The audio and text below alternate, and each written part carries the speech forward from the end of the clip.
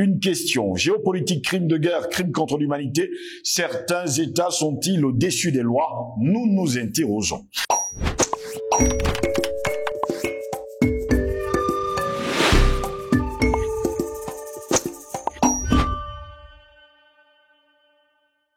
Mesdames, Messieurs, bonjour, très heureux de vous retrouver sur Panafricaniste TV, votre chaîne de télévision qui vous apporte le meilleur de l'information. Bienvenue à toutes et à tous à cette édition de Parole panafricaniste. Bien que l'interdiction de certains comportements lors de conflits armés remonte à plusieurs siècles, la notion de crime de guerre a plus particulièrement été élaborée à la fin du 19e et au début du 20e siècle, à l'occasion de la codification du droit international humanitaire, également connu sous le nom de droit des conflits armés. Les conventions de La Haye adoptées en 1899 et 1907 se concentrent plus particulièrement sur l'interdiction qu'ont les parties au conflit d'utiliser certains moyens et méthodes de combat. Plusieurs autres traités connexes ont été adoptés depuis. En revanche, la Convention de Genève de 1854 et les conventions de Genève ultérieures, notamment les 4 conventions de 1949 et les 2 protocoles additionnels de 1977, s'intéressent surtout à la protection des personnes qui ne participent pas ou plus aux hostilités. Tant le droit de La Haye que le droit de Genève qualifient plusieurs violations de leurs normes, mais pas toutes, de crimes de guerre. Aucun texte de droit international ne codifie à lui seul tous les crimes de guerre. On en trouve une énumération dans les traités du droit international humanitaire et du droit international pénal, de même qu'en droit international coutumier. Comment alors comprendre que certains États, malgré tout cela, malgré toutes ces conventions, tous ces protocoles, prennent encore, on va le dire comme ça, la peine de tuer des gens qui ne font pas partie du combat ou alors qui l'ont abandonné, alors pourtant, on le sait, il faut tout mettre en œuvre pour les protéger. Les conventions de Genève de 1949 ont été ratifiées par tous les États membres de l'Organisation des Nations Unies. Un niveau d'acceptation que n'ont pas encore atteint les protocoles additionnels et autres traités du droit international humanitaire. Nombre des règles contenues dans ces traités sont cependant considérées relevées du droit coutumier et partant s'imposent à tous les États et autres parties au conflit, qu'ils aient ou non ratifié les instruments en question. Ça, c'est ce qu'on nous dit. En outre, de nombreuses règles du droit international coutumier s'appliquent aux conflits armés, aussi bien internationaux que non internationaux, ce qui élargit la protection offerte en cas de conflits armés non internationaux qui ne sont régis que par l'article 3, commun, on va le dire, aux 4 conventions de Genève et par le protocole additionnel 2. Dans le statut de Rome, eh bien, il faut bien que je le dise, article 8, parlant de crimes de guerre, il est dit, et je cite, 1. La Cour a compétence à l'égard des crimes de guerre, en particulier lorsque ces crimes s'inscrivent dans le cadre d'un plan ou d'une politique ou lorsqu'ils font partie d'une série de crimes analogues commis sur une grande échelle. Qu'est-ce qui se passe depuis près de 30 ans aujourd'hui? 2. Au fin du statut, on n'entend pas crime de guerre. Les infractions graves aux conventions de Genève du 12 août 1949, à savoir l'un quelconque des actes ci-après lorsqu'ils visent des personnes ou des biens protégés par les dispositions des conventions de Genève. 1. L'homicide intentionnel. La torture. 2. La torture ou les traitements inhumains, y compris les expériences biologiques. 3. Le fait de causer intentionnellement de grandes souffrances ou de porter gravement atteinte à l'intégrité physique ou à la santé. 4. La destruction et l'approbation de biens non justifiés par des nécessités militaires et exécutés sur une grande échelle de façon illicite et arbitraire. 5. Le fait de contraindre un prisonnier de guerre ou une personne protégée à servir dans les forces d'une puissance ennemie. 6. Le fait de priver intentionnellement un prisonnier de guerre ou toute autre personne protégée de son droit d'être jugé régulièrement et impartialement. 7.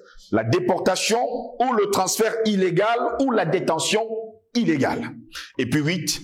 La prise d'otages. En B, on nous fait savoir, toujours selon ces conventions, les autres violations graves des lois et coutumes applicables aux conflits armés internationaux dans le cadre établi du droit international, à savoir l'un quelconque des actes ci-après. Je recommence. 1. Le fait de diriger intentionnellement des attaques contre la population civile en tant que telle ou contre des civils qui ne participent pas directement aux hostilités. 2. Le fait de diriger intentionnellement des attaques contre des biens de caractère civil, c'est-à-dire des biens qui ne sont pas des objectifs militaires. 3. Le fait de diriger intentionnellement des attaques contre le personnel, les installations, le matériel, les unités ou les véhicules employés dans le cadre d'une mission d'aide humanitaire ou de maintien de la paix, conformément à la Charte des Nations Unies, pour autant qu'ils aient droit à la protection que le droit international des conflits armés garantit aux civils et aux biens de caractère civil. 4. Le fait de diriger intentionnellement une attaque en sachant qu'elle causera incidemment des pertes en vies humaines dans la population civile, des blessures aux personnes civiles, des dommages aux biens de caractère civil ou des dommages étendus, durables et graves à l'environnement naturel qui seraient manifestement excessifs par rapport à l'ensemble de l'avantage militaire concret, direct, attendu. 5. Le fait d'attaquer ou de bombarder par quelque moyen que ce soit des villes, des villages, habitations ou bâtiments qui ne sont pas défendus et qui ne sont pas des objectifs militaires. 6. Le fait de tuer ou de blesser un combattant qui, ayant déposé les armes ou n'ayant plus de moyens de se défendre, s'est rendu à discrétion. 7. Le fait d'utiliser indûment le pavillon parlementaire, le drapeau ou les insignes militaires et l'uniforme de l'ennemi ou de l'Organisation des Nations Unies ainsi que les signes distinctifs prévus par les conventions de Genève et, ce faisant, de causer la perte de vie humaine ou des blessures graves. C'est pas moi qui le dis, ce sont eux qui l'ont signé. 8. Le transfert direct et indirect par une puissance occupante d'une partie de sa population civile dans le territoire qu'elle occupe ou la déportation ou le transfert à l'intérieur ou hors du territoire occupé de la totalité ou d'une partie de la population de ce territoire. 9. Le fait de diriger intentionnellement des attaques contre des bâtiments consacrés à la religion, à l'enseignement, à l'art, à la science ou à l'action caritative, des monuments historiques, des hôpitaux, et des lieux où des malades ou des blessés sont rassemblés à condition qu'ils ne soient pas des objectifs militaires. 10. Le fait de soumettre des personnes d'une partie adverse tombées en son pouvoir à des mutilations ou à des expériences médicales ou scientifiques, quelles qu'elles soient, qui ne soient ni motivées par un traitement médical, dentaire ou hospitalier, ni effectuées dans l'intérêt de ces personnes et qui entraînent la mort de celles-ci ou mettent sérieusement en danger leur santé. Et pour terminer, le fait de tuer ou de blesser par traîtrise des individus appartenant à la nation ou à l'armée ennemie. Et ils nous disent enfin le fait de déclarer qu'il ne sera pas fait de quartier.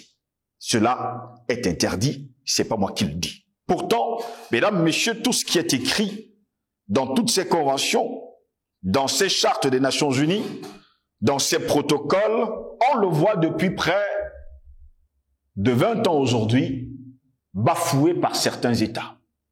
Voilà pourquoi nous nous interrogeons. Géopolitique, crime de guerre et crime contre l'humanité, certains États sont-ils au-dessus des lois? Pour répondre à nos questions, nous sommes avec le président Badakani encore cet après-midi. Président Badakani, bon après-midi, bienvenue à vous. Merci, Justin Goss. La joie est la mienne de vous retrouver après un moment d'interruption involontaire qui était lié à un ensemble d'activités que nous menions dans le cadre de notre organisation politique. Oui. Donc, ma joie est très grande de vous retrouver, de retrouver Giresse, de retrouver l'ambiance habituelle, de retrouver le respect qu'on doit à Giresse. Faut pas l'énerver parce que l'émission peut s'arrêter, tout ça. C'est une ambiance qui m'a manqué. M'a manqué aussi la chaleur interactive de tous ceux qui participent par les commentaires, n'est-ce pas, ou par toutes sortes de voix interactives à ce que nous faisons. Bon, je les salue tous et je te remercie de m'avoir invité. Très heureux de vous avoir, président Badakani. Il faut également rappeler, avant d'entrer dans le vif du sujet, que samedi dernier, eh bien, il y avait l'inauguration du siège, on va le dire, politique et tout ce qu'on peut imaginer, du NMP. Tout à fait. Mais au-delà de tout cela, on a dit également que c'est le siège carrément du panafricanisme. Ben écoutez, il faut laisser dire. Ceux qui l'ont désigné ainsi savent pourquoi. Ben, on va pas faire la fine bouche. Nous avons des responsabilités particulières dans ce combat, toi et moi, les autres, qui font que on assume. Si c'est ça l'idée, mais qu'il la soit ainsi. Voilà, nous on assume ça. Voilà. Ça ne peut être que le siège du panafricanisme. Ça ne peut être que ça, parce que nous sommes voués, nous avons décidé de consacrer nos vies, et nous sommes voués, n'est-ce pas? Bref, nous nous abîmons dans l'édification et la construction du panafricanisme en s'appuyant sur ce que nos prédécesseurs illustrent. Oui, on fait. Voilà. Et après nous, d'autres vont continuer. Forcément. Tout à fait. Cette inauguration-là, exactement, participe justement de cette grande idée-là, de la nécessité de marquer la volonté de passer à une autre étape. Passage à une autre étape qui est imposée par les évolutions même du combat panafricaniste. Hein? Donc, on ne doit pas être surpris. On doit toujours anticiper. D'ailleurs, nous allons annoncer lors de cette cérémonie d'inauguration du siège du NMP que le panafricanisme passerait à un niveau supérieur au plan géostratégique, au plan stratégique et au plan géopolitique. Comme tout ce que nous disons d'habitude, les gens verront ça va arriver. Et on va pas également oublier le côté géospirituel, les gars. Comme toujours, il n'y a pas de géopolitique sans géospiritualité. Donc, nous assumons ça tout en s'éloignant, en ayant de la distance à l'égard des conventions, des conventionnalismes religieux, traditionnels, ésotériques. Nous assumons ça, même si nous ne sommes pas des extraterrestres. Nous assumons ça, mais nous sommes intransigeants là-dessus. Il n'y a pas de géopolitique sans géospiritualité. C'est impossible. Dans tous les cas, nous aurons une émission précisément pour parler de cette, on va le dire, haut et fort à nos téléspectateurs de cet événement qui s'est déroulé le samedi dernier. C'était en son et en couleur. Nous avons les images, les discours et tout ce qui s'est fait d'ailleurs de ce côté-là. Mais ce qui nous intéresse aujourd'hui, nous parlons de géopolitique, crimes de guerre et crimes contre l'humanité. Certains États sont-ils au-dessus des lois, président Badakani? Mais d'abord, il faut saluer, vous avez visité, vous avez exposé toute la panoplie qui est liée à ces concepts-là et tout ce qu'il signifie en termes de la prétendue organisation juridique du monde et sa perfection, vous avez élaboré. Les crimes de guerre, crimes contre l'humanité peuvent prêter à confusion dans le sens où ce sont des notions très connexes qui souvent s'entremêlent l'un à l'autre, vice versa. Mais bon, des distinctions peuvent être signifiées. Les crimes de guerre, comme ça le dit, c'est les crimes qui sont commis pendant la guerre. Dans la guerre, sur des personnes non militaires, sur la destruction d'un ensemble de biens civils qui ne sont pas nécessaires d'être détruits, non militaires, si vous voulez. On peut détruire des villes, etc. C'est pas des crimes graves qui sont commis contre les prisonniers de guerre, contre les enfants, etc. Donc, quand on veut résumer ça, on dit, ils disent, que c'est une violation du droit de la guerre d'une gravité particulière. Comme ça que eux, ils définissent ça. Alors, la différence avec les crimes contre l'humanité, c'est que les crimes de l'humanité incorporent justement tous les crimes de guerre, c'est bizarre, mais avec en plus une, deux ou trois autres extensions, en particulier par exemple le crime d'agression. Si un État agresse un autre État, ça s'assimile à un crime contre l'humanité, crime d'agression. Donc,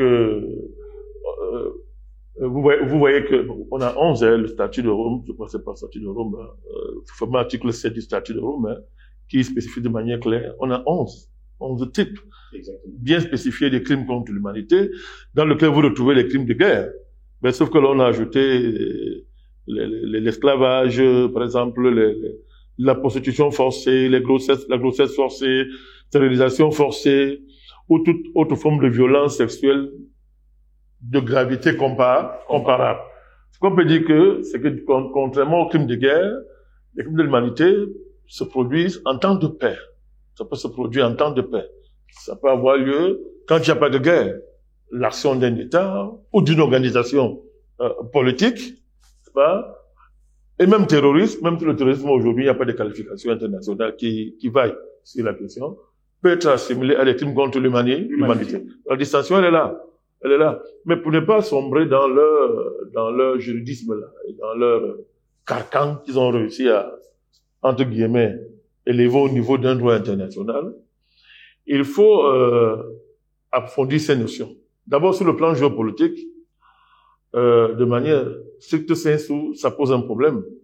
Le premier problème que ça pose, c'est que de facto, on enlève aux États l'un des prérogatives essentielles qui font de l'État un certain monopole sur la justice. Le monopole de dire le droit. Le monopole de dire la justice. Et on enlève ça et complètement se transférer. Bon, si on laisse le droit commercial, certains aspects du droit pénal, etc., les crimes domestiques, parlons comme ça, les crimes domestiques, vous voyez que pratiquement, c'est tous les attributs des États qui sont transférés à une instance désormais internationale, une juridiction internationale, et vous l'avez précisé, aucun État ne peut s'y souscrire, hein.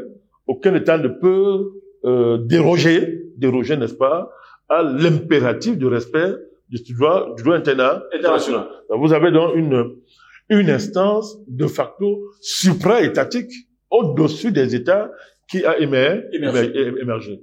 C'est important de souligner ça parce que derrière les très nobles intentions apparentes qui sont mobilisées pour justifier ça, ben, on peut très bien identifier, pas qu'on peut, on identifie les groupes et les puissances qui sont à l'œuvre dans l'érection du droit international en la matière. Et on peut se poser des questions. On peut se poser des questions. En ce qui concerne le droit, en ce qui concerne les crimes contre l'humanité, on peut se poser un ensemble de questions. D'abord, qu'est-ce que l'humanité? Est-ce qu'il y a une définition consensuelle sur ce que serait l'humanité? C'est exactement comme la question qu'on appelle droit de l'homme. Ah ben, tous les jours, nous prononçons ça, droit de l'homme, droit de l'homme. Mais de quel homme s'agit-il? Qu'il connaît? C'est-à-dire que, vous voyez, une fois de plus, à partir d'un ensemble de cas concrets, vous voyez, à partir d'une accumulation de cas concrets, on élève un concept, on lui donne corps, mais il reste un concept, mais à partir de là, on dégage, n'est-ce pas, des contraintes, des juridictions émergent et s'imposent à nous tous comme ça un matin subitement.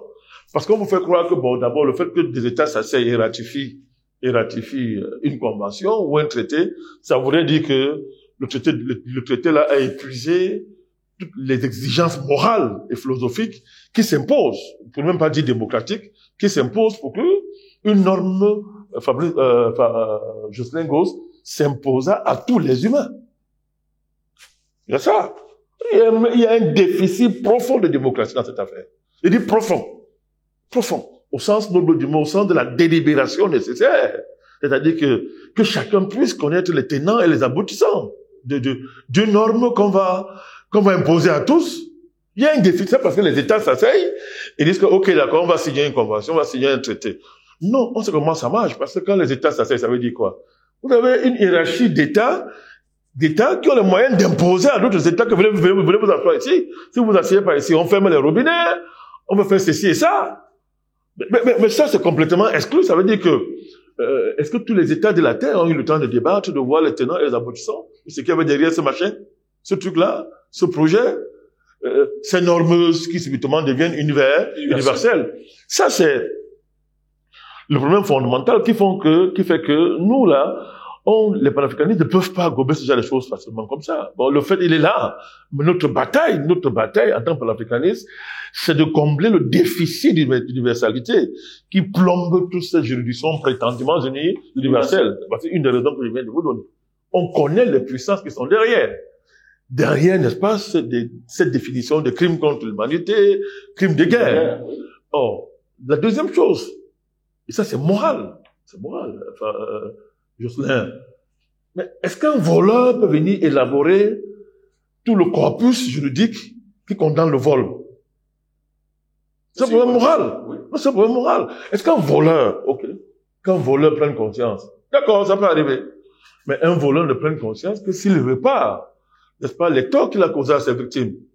On ne conçoit pas qu'un voleur, ayant fini de dépouiller ses victimes, peut avoir appauvri, et que désormais, étant le détenteur exclusif des ressources nécessaires à la vie de ses victimes, constate d'abord, de facto, que le vol n'est plus nécessaire. Il constate lui-même, parce qu'il a tout volé. Le vol n'est plus nécessaire. Pour que maintenant, le butin du vol, dont il est l'auteur, soit recyclé par nécessité, parce que bon, quand vous volez, à un moment donné, vous n'allez pas aller prendre votre butin, garder quelque part. Il faudra normaliser et recycler le butin pour le transformer en quelque chose de normal. Et premièrement, et surtout, fermez la bouche à vos victimes, qui désormais vont subir votre loi, sans plus jamais dire un jour que écoute, toi là, toi qui parles là, tu nous as volé. L'objet qu'on voit circuler chez toi là, ça m'appartenait. Moi, ton droit contre le vol là, moi, ça m'intéresse pas, il faut d'abord me remettre ce que tu m'as volé. Vous voyez que très bien, le voleur là, qui se transforme en législateur universel, va commencer par fermer la bouche de toutes ses victimes. Je ne suis pas en train de faire une image. C'est la réalité de ce que nous vivons dans le monde aujourd'hui. Ce sont les voleurs, les puissances esclavagistes, colonisatrices, néocolonisatrices, mondialistes, globalistes. Ce sont elles qui sont en première ligne pour nous élaborer cette affaire. Ça pose un problème. Leurs victimes n'ont pas dit. Par toutes sortes de moyens, on intimide les victimes, on les effraie et on disqualifie les moindres arguments qu'elles peuvent soulever. Pour essayer de dire que nous aussi dans l'affaire, si on a dit. D'abord, on va les imposer une histoire que la non-rétroactivité comme principe fondamental du droit. Incroyable.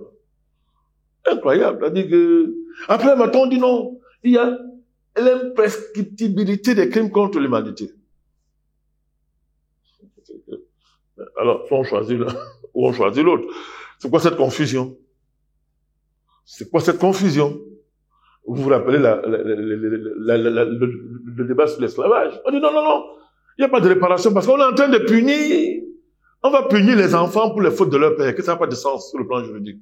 Mais on a pourtant indemnisé les esclavagistes. Quand il fallait mettre fin à ça, on les a indemnisés, on a payé.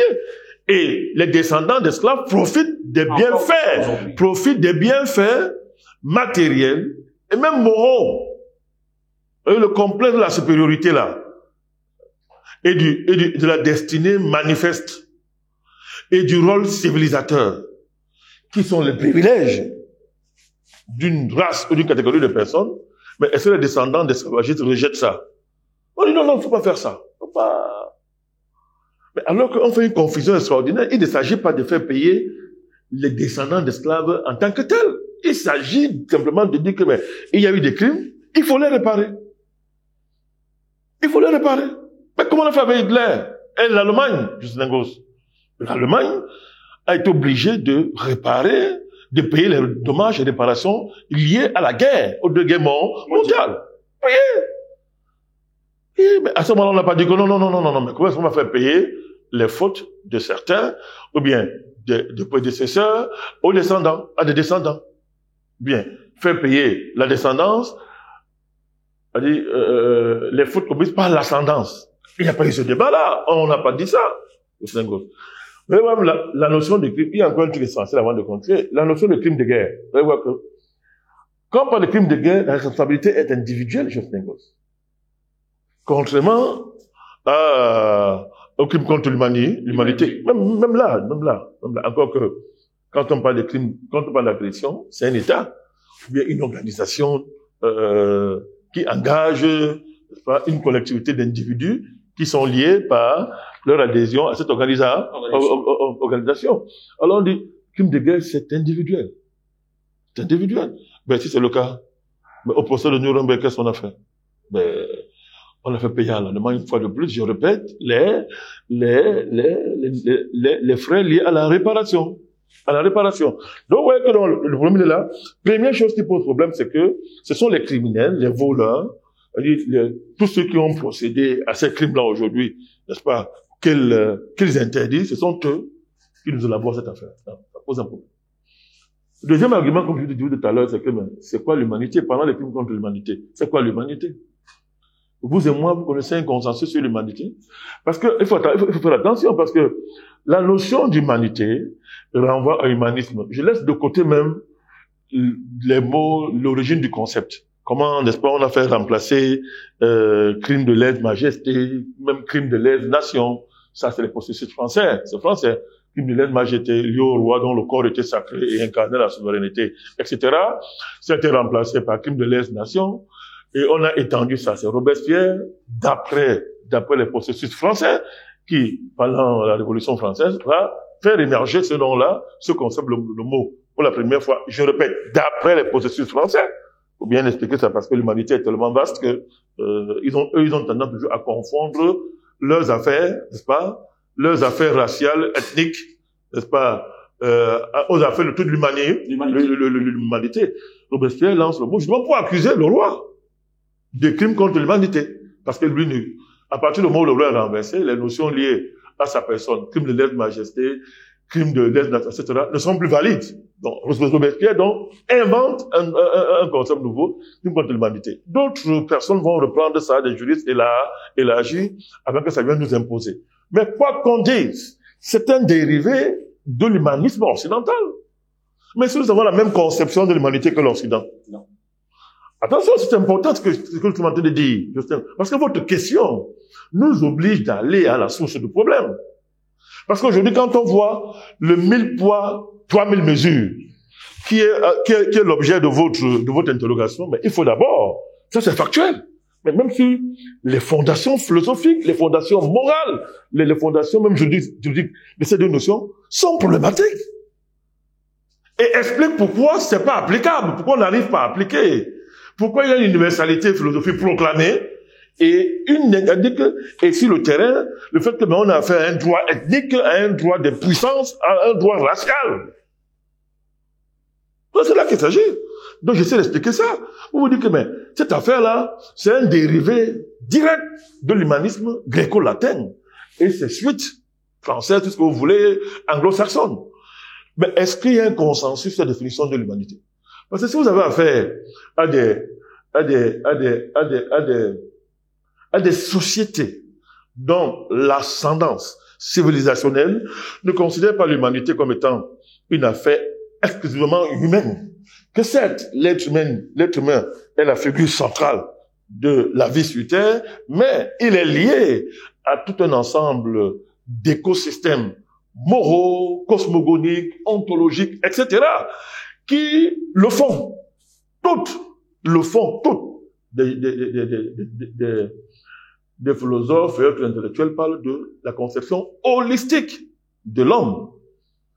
Mais ils n'ont pas la même conception, n'est-ce pas? Elles n'ont pas la même conception, ces civilisations-là, qu'une civilisation comme l'Occident qui considère que l'individu est l'alpha et l'oméga de tout. D'ailleurs, la proclamation de Descartes qui dit que soyons maîtres et possesseurs de la nature.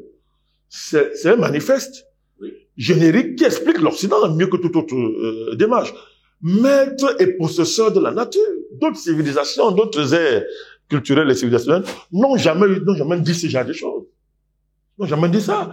Et elles n'avaient pas pour autant moins de connaissances sur la nécessité de sauvegarder, de valoriser l'être humain. Vous n'allez pas demander, les Indiens ne conçoivent pas l'humain. L'humanisme indien n'a rien à voir avec l'humanisme gréco-latin. L'humanisme chinois n'a rien à voir avec l'humanisme gréco-latin. Ça va pas parler de l'Afrique.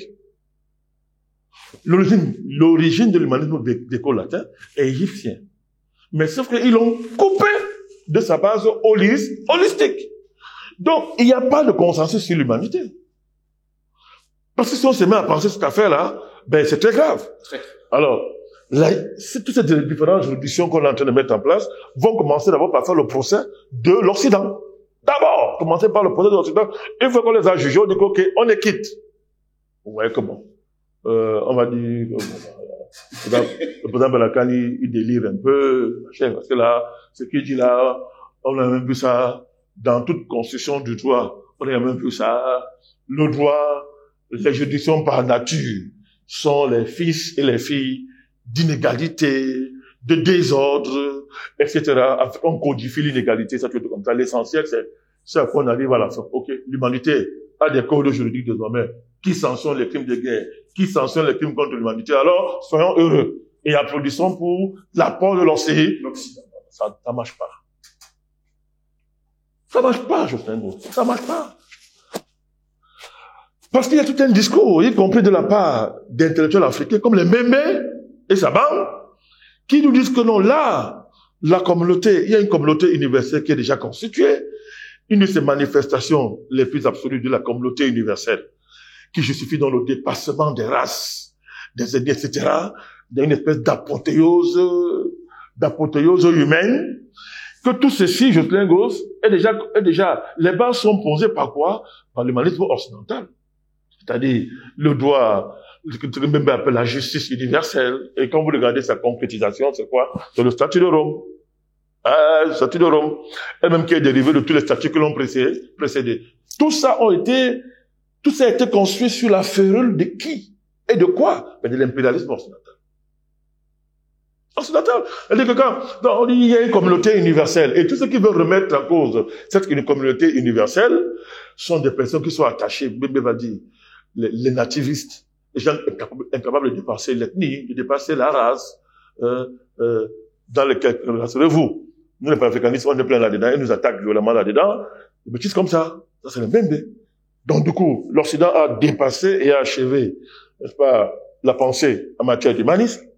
On ne peut pas faire mieux. Et d'ailleurs, tout ce qui était avant était d'une pauvreté, d'une médiocrité absolue. L'humanité a commencé avec l'avènement de l'Occident et s'arrête avec la fin de l'Occident. Et d'ailleurs, vous voyez tout le silence de toutes ces juridictions, de toutes ces normes-là, sur le projet transhumain, sur la science, qui bascule dans une dérive faustienne au vu et au su de tout le monde, etc. Donc, vous voyez tout ça. Mais nous sommes là pour dire que non, c'est pas vrai. Que c'est parce que on fait les belles proclamations sur l'humanité que concrètement ça signifie quelque chose. Le divorce qui est entre les prétentions, n'est-ce pas, de l'Occident à normer, je dis quoi, à être l'horizon indépassable en matière de créativité juridique et normative au niveau international, le divorce qui est entre ça justement et les conditions concrètes de la manifestation de cette projection occidentale, se passe de commentaires. Il y a un niveau d'incohérence qui n'est plus acceptable. Ça nous amène dans ce que vous êtes en train de dire. Je voudrais, avant d'entrer dans le fait du jour, la factualité de votre thème, insister sur un autre aspect qui démontre que vous avez affaire de n'importe quoi, c'est de réduire les crimes de guerre, les crimes contre l'humanité, à leur définition classique, à savoir, soit c'est lié à la guerre, soit c'est lié aux actes d'un gouvernement ou d'une organisation. Et on va voir pourquoi le Hamas a été appelé organisation terroriste pour justifier les crimes, justement, de l'État terroriste qu'on appelle Israël. On a inversé les rôles. Parce que, justement, vous voyez comment on peut utiliser ce genre de choses. Pourquoi l'Occident n'incorpore-t-il pas les crimes économiques, les guerres économiques, dans la typologie d'actes qu'on puisse assimiler à des crimes contre l'humanité ou à des crimes de guerre? Est-ce que la guerre économique n'est pas une réalité? Mais c'est la réalité la plus vulgaire de notre temps, et même avant notre temps. C'était quoi l'esclavage? Pourquoi les gens sont allés chercher d'autres humains, détruire leur humanité, les réduire à l'état d'animal ou de choses? C'était la part du gain, Jocelyn Goz. Et il est démontré aujourd'hui que l'origine des guerres, l'origine de tous les crimes contre l'humanité, c'est d'abord les problèmes économiques. Mais le jour où l'Occident essaye de réfléchir à l'élargissement de cette notion à l'économie, il disparaît. Il disparaît, Jocelyn Goz. Sans compter le fait que toute cette production, vraiment, cette inspiration visant à parfaire un droit international pour soi-disant limiter toutes les atteintes, n'est-ce pas, à la personne humaine. Tout ça, mais il faut se poser la question que le but c'est quoi à la fin? Qu'est-ce qu'il y a même derrière? Quand vous tenez compte de tout ce que je viens de dire, vous êtes en train de voir très bien que, ouvrez les yeux, vous êtes en plein mondialisme. Parce que si vous n'arrivez pas à expliquer le fait que des plus grands criminels soient à l'avant-garde d'un tel combat, comme s'ils étaient devenus normaux. Je répète, parce que la contradiction fondamentale de tout ceci, c'est quoi? C'est que ceux qui sont en première ligne pour vous imposer, à vous et moi, les notions de crimes contre l'humanité et des crimes de guerre, dont le but est justement de préserver la personne humaine contre toute dégradation excessive, le Sengos, ouvre les yeux. Est-ce que les mêmes personnes ont cessé d'être criminelles? Est-ce que les mêmes puissances ont arrêté leurs crimes historiques? Elles continuent à perpétuer des crimes, Jocelyn Goss. Comment nous expliquer donc que les plus grands criminels de l'histoire, en termes étatiques, en termes de puissance, en termes d'organisation, pour tuer, voler, piller, élaborent une juridiction censée empêcher leurs crimes pendant qu'elle perpétue ces crimes-là? C'est comme si je reviens à l'image, à ma première image. Un voleur qui, après avoir volé tout ce qui appartient à ses victimes, n'ayant plus rien à voler, décide donc de créer un droit contre le vol. Vous expliquez ça? Contre le vol. Mais, pendant qu'il crée n'est-ce pas, ce droit-là, mais il est passé à autre chose. Il ne vole plus les choses seulement et les biens, mais il vole même les victimes maintenant. C'est-à-dire, il vole la vie des victimes. Il les vole. Donc, pendant qu'il a dit que le vol est mauvais, il est passé à un autre niveau du vol. Il est passé au stade supérieur du vol. Et comme il a peur que les victimes, eux aussi, limitent en volant, là, ils vont voler de manière primaire. Parce qu'ils vont lui faire ce qu'il a fait. Il estime que non, le vol là, c'est primaire, c'est de la barbarie, c'est inhumain, c'est sauvage. Lui, il a élaboré une catégorie de vol. Elle a mis ça à un niveau où vous n'arriverez jamais. Mais du coup, il devient une personne de grande morale, de grande intégrité. Il est même plus que Dieu. Alors, il élabore crime contre l'humanité, crime de guerre. J'interdis ça. Moi, je suis là pour préserver l'être humain. C'est un problème. C'est dans ça qu'on en est. On a tout compris. Alors, avant d'arriver sur Israël, sur lesquels on va je sais que c'est le nom dit de votre thème. Moi, j'ai souvent là de voir vous dans mon esprit, hein. Non, j'ai pas très, mais je dis, mais on viendra sur l'actualité parce que on va voir ce qui s'est passé, même avant ce que vivent les Palestiniens. Les Palestiniens aujourd'hui, on a bien vu qu'il s'est passé quoi en Irak? En Afghanistan. Il s'est passé quoi en Afghanistan? Il s'est passé quoi en Syrie? Au Yémen. Il se passe quoi au Yémen? Il s'est passé quoi en Côte d'Ivoire? Il s'est passé quoi dans le Sahel tout récemment? Et la question du Sahel nous met au cœur du fait que tout ce que vous racontez là, c'est que ce sont les puissances qui disent que ça c'est crime contre l'humanité, ça c'est crime de guerre, en s'exonérant, c'est pas c'est-à-dire, s'exonérer, c'est même peu dire. En fait, ça ne les concerne pas. Ça ne concerne pas. Ça concerne justement ceux qui ne peuvent pas faire les crimes contre l'humanité. Les petits États, quand ils vont exercer le maintien de l'ordre, on va dire crimes contre l'humanité. Quand ils vont se défendre, on va dire crimes de guerre. Vous avez vu tous les problèmes de l'État malien? Dès qu'il lutte contre un terroriste, on dit que non, il a touché un innocent. Il a tué un civil. Parce que celui qui décide que tel civil est terroriste, c'est pas l'État malien. C'était à la France de le dire. C'était à la MINUSMA des bandits de le dire. Mais on peut citer ça. Dites-moi, qu'est-ce qui se passe quoi en Haïti?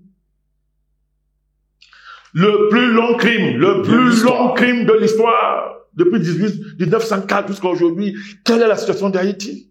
Qui opère en Haïti? C'est un cartel de puissance. France, Canada, États-Unis. Des crimes les plus inimaginables. Crime sur crime. Jusqu'à l'heure actuelle, les Américains, jusqu'à l'heure actuelle. Maintenant, ils veulent aller imposer une force internationale. Sur la base des crimes et des crimes. L'ONU est mêlée, elle a été criminelle. Elle tuait les Haïtiens, les Slingos. Mais, vous avez entendu une session du Conseil de sécurité de l'ONU parler de Haïti. On choisit quel État va être pendu? Quel homme, quel dirigeant sera pendu? On choisit. On choisit. Prenez le cas de la Côte d'Ivoire. Les mêmes fous et la même CPI vaurienne, criminelle, après avoir acheté des gens pour venir témoigner contre le président Gbagbo, a constaté qu'il était innocent. Voilà.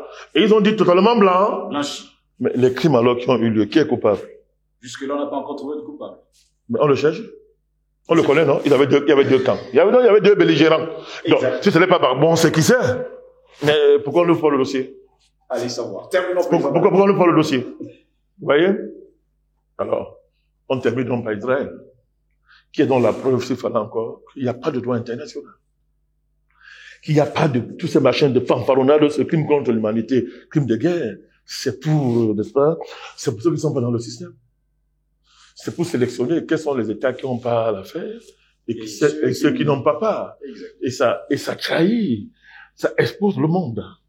Ça expose le système des Nations Unies. Ça expose le droit international. Ça expose le vrai visage des États-Unis. Un État absolument criminel, par essence. Je dis par essence. Les États-Unis sont par essence une criminocratie. La France est par essence une criminocratie. Le Canada, tous ces gens-là qui se sont autoproclamés communauté internationale. La preuve est faite aujourd'hui avec le conflit en Israël, avec le conflit israélo-palestinien. Que dit donc d'Israël? Les dirigeants israéliens se proclament et disent qu'ils sont l'État moral.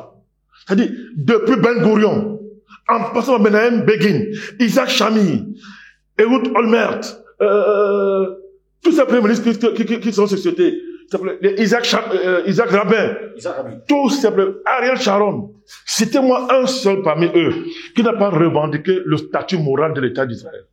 Citez-moi un.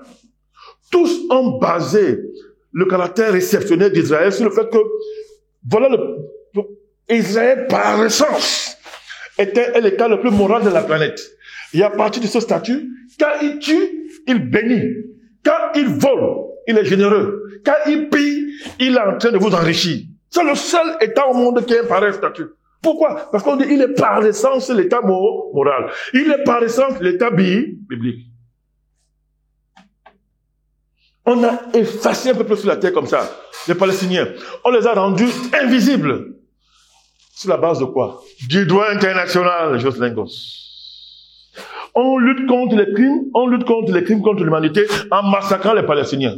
N'importe qui s'entretient.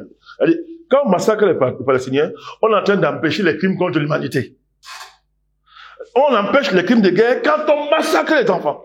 Près de 7000 enfants bombardés par le dirigeant le plus dépravé de la planète Terre, mais qui se présente comme aujourd'hui l'incarnation de la morale, Netanyahou.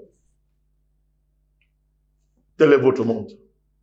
Telle est la valeur de votre droit international.